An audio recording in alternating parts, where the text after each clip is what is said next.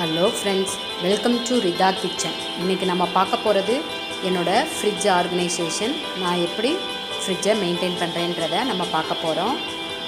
இப்போ என்னோடய ஃப்ரிட்ஜோட outer part பாருங்கள்.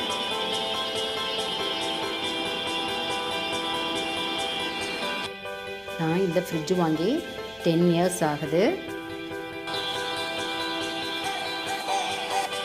என்னோடய ஃப்ரிட்ஜோட கம்பெனி வேர்ல்பூல் ஃபியூஷன்.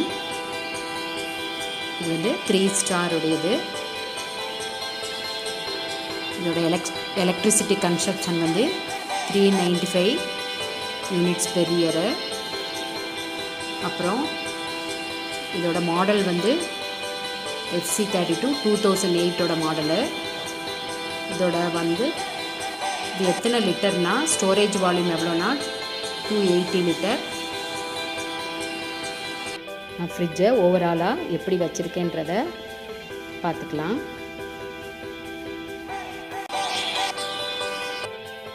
மேல் ரேக்கில் மாவு, இந்த மாதிரி மஷ்ரூம், லெஃப்ட் ஓவர் ஃபுட்டெல்லாம் மேலே வச்சுக்கிட்டோம்னா நமக்கு கூலிங் ஜாஸ்தியாக இருக்கும், கெட்டு போகாது.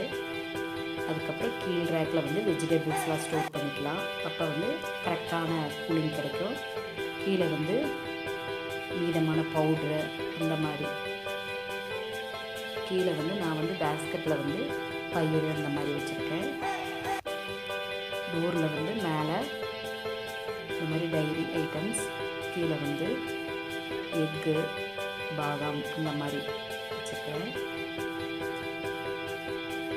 கீழ் ரேக்கில் பேக்கிங் பவுட்ரு, ஈஸ்ட்டு அந்த மாதிரி ஐட்டம்லாம் வச்சுருக்கேன். அப்படியே கீழே நான் சோடா, சாஸ் ஐட்டம் அப்படி எடுக்கிற மாதிரி மசாலா ஐட்டம்லாம் வச்சுருக்கேன்.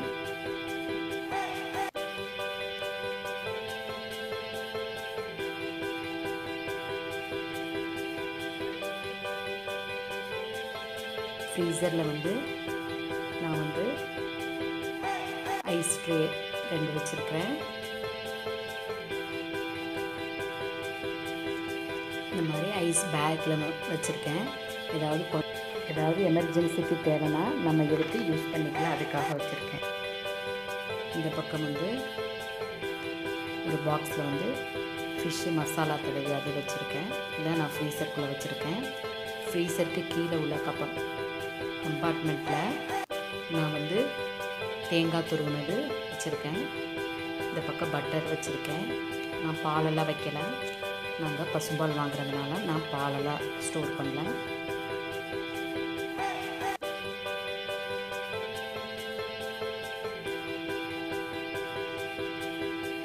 இந்த ட்ரே கீழே உள்ள இது நான்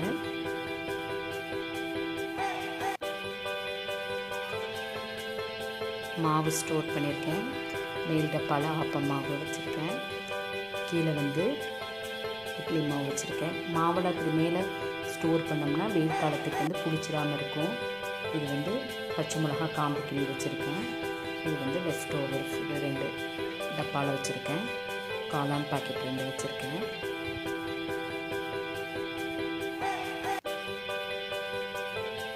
பின்னாடி இஞ்சி பூண்டு பேஸ்ட்டு. இந்த மாதிரி மேலே வச்சோம்னா நமக்கு கூலிங் ஜாஸ்தியாக இருக்கிறதுனால கேடு வராது, நமக்கு அப்படியே ஃப்ரெஷ்ஷாக இருக்கும்.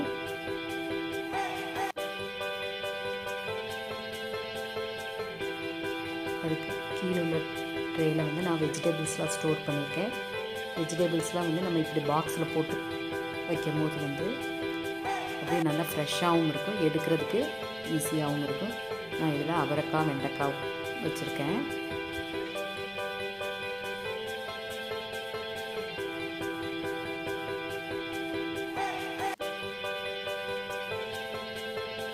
இந்த பாக்ஸில் நான் கத்திரிக்காய், கேரட்டு, பீன்ஸு இந்த மாதிரி ஸ்டோர் பண்ணி வச்சுருக்கேன். இந்த மாதிரி ஸ்டோர் பண்ணும்போது நமக்கு ஒரு 1 வீக் ஆனாலும் அப்படியே இருக்கும்.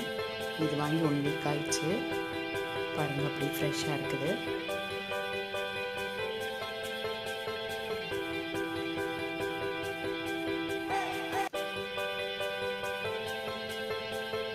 இதில் மேலே கருவேப்பிலை, நம்ம கருவேப்பிலை உருவி இந்த மாதிரி போட்டு வச்சுக்கிட்டோம்னா நமக்கு 1 வீக் ஆனாலும் ஒன்றும் ஆகாது.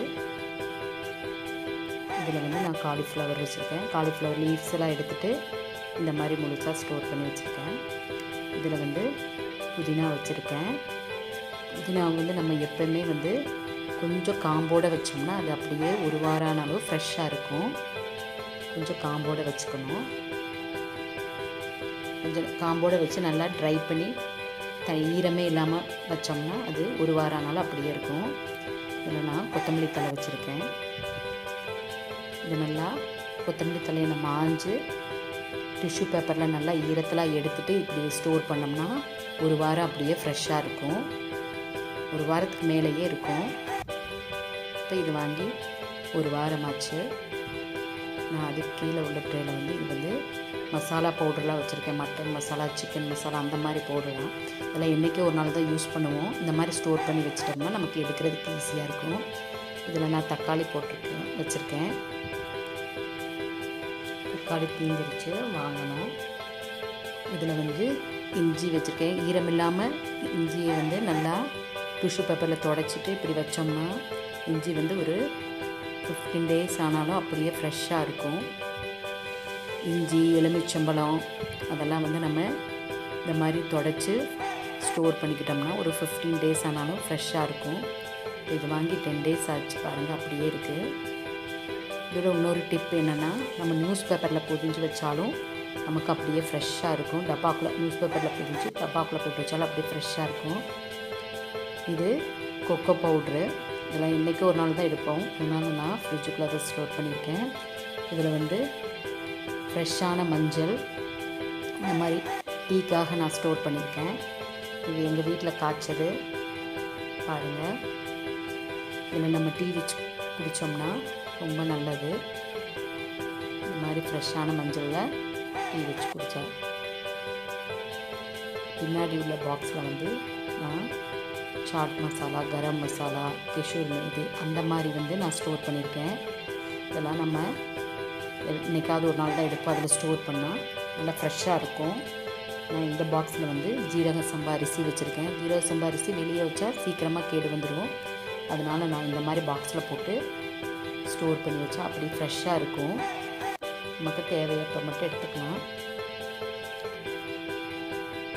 அப்படி கீழே இந்த பேஸ்கெட்டில் வந்து நான் வந்து பயிர் வகையெல்லாம் ஸ்டோர் பண்ணியிருக்கேன். இதெல்லாம் வந்து மொத்தமாக ஹோல்சேலாக நாட்டு பயிர் வாங்குறது. அதனால் நம்ம இப்படி ஸ்டோர் பண்ணி வச்சுக்கிட்டோம்னா நமக்கு ஒரு வருஷத்துக்கு ஒன்றும் ஆகாது. கரும்பு சக்கரை ஒரு பாக்கெட் வச்சுருக்கேன். அது ஹோல்சேலாக வாங்கணும். இந்த மாதிரி யூஸ் பண்ணிவிட்டு ஒரு பேக்கெட் மட்டும் மீதியாக இருக்குது. இந்த மாதிரி பயிர் வகையெல்லாம் இப்படி நம்ம ஸ்டோர் பண்ணிக்கிட்டோம்னா நல்லா அப்படியே ஃப்ரெஷ்ஷாக இருக்கும். இது மசூர் தால்.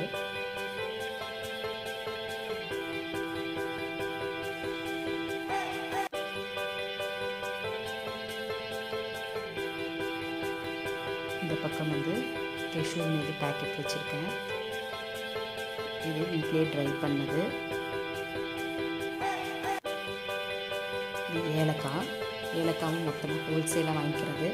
இந்த மாதிரி போட்டு வச்சிட்டோம்னா ஏலக்காய் அப்படி பச்சை கலர் அப்படி ஃப்ரெஷ்ஷாக இருக்கும். இப்போ டோரில் என்ன இருக்குதுன்னு பார்க்கலாம். மெயின் ரேக்கில் வந்து நான் வந்து டைரி ஐட்டம்ஸ் ஃபுல்லாக வச்சுருக்கேன்.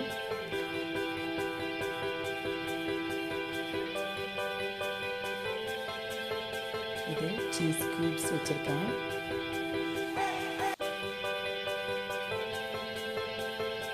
நமக்கு ஃப்ரீசருக்கு நேரம் உள்ள டோர் கம்பார்ட்மெண்ட்டில் வைக்கும் போது இது கூலிங் அப்படியே இருக்கும். கெட்டு சீஸ் ஸ்லைசஸ் வச்சுருக்கேன். ஸ்லைசஸ்ஸு டின்னு இந்த மாதிரி தயிர் வச்சுருக்கேன்.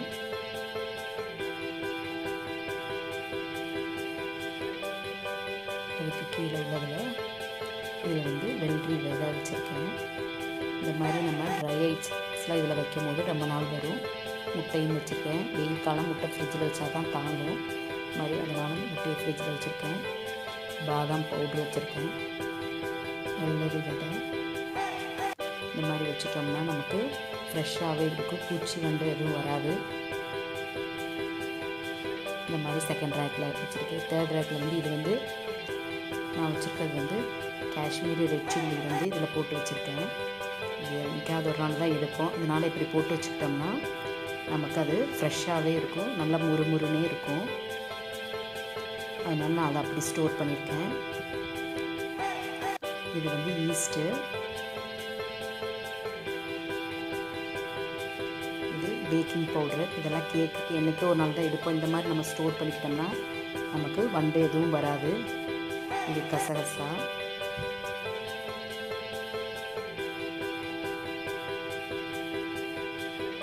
கசகசாலாம் வெளியே வச்சா டக்குன்னு நமக்கு வண்டு வந்துடும். இந்த மாதிரி ஃப்ரிட்ஜில் வைக்கும் போது நமக்கு ரொம்ப நாள் வரும். நம்ம கசகசாலாம் அடிக்கடி யூஸ் பண்ண மாட்டோம். இது வந்து கருஞ்சீரகம், குழந்தைகளுக்கெல்லாம் கஷாயம் போட்டு கொடுத்தா சளிக்கெல்லாம் ரொம்ப நல்லது.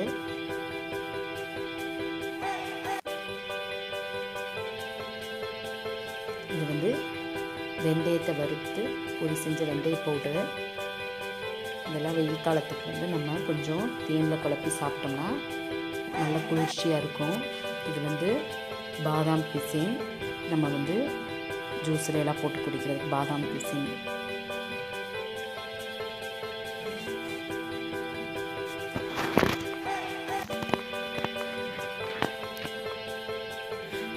அது கீழே உள்ள கம்பார்ட்மெண்ட்டில் வந்து இது கொஞ்சம் சாம்பார் தூள் அந்த மாதிரி போட்டு வச்சுருக்கேன்.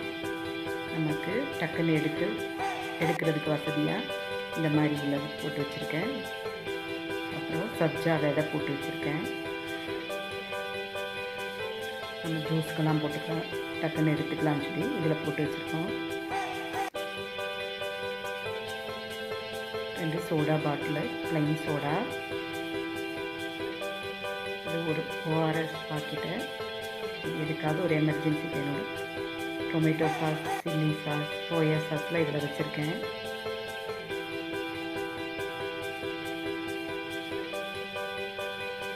ரோஸ் மில்க் சிரப் வச்சுருக்கேன். இப்படி தான் நான் வந்து என்னோடய ஃப்ரிட்ஜில் வந்து நான் அரேஞ்ச் பண்ணி வச்சுருக்கேன். இந்த மாதிரி நம்மளுக்கு எது எடுக்கிறதுக்கு டக்குன்னு எடுக்கிறதுக்கு வசதியாக நம்ம வச்சுக்கிட்டோம்னா நமக்கு சீக்கிரமாக எடுத்துக்கலாம்.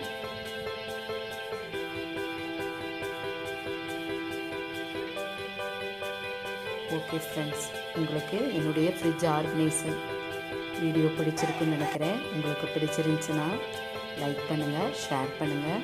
அப்படியே ரிதா சேனலை சப்ஸ்கிரைப் பண்ணுங்கள். பெல் ஐக்கான் வரும், அதை நீங்கள் ப்ரெஸ் பண்ணிங்கன்னா நான் போடுற ஒவ்வொரு வீடியோவும் உங்களுக்கு நோட்டிஃபிகேஷனாக வரும். ஓகே ஃப்ரெண்ட்ஸ், அடுத்த வீடியோவில் சந்திக்கலாம். பாய்.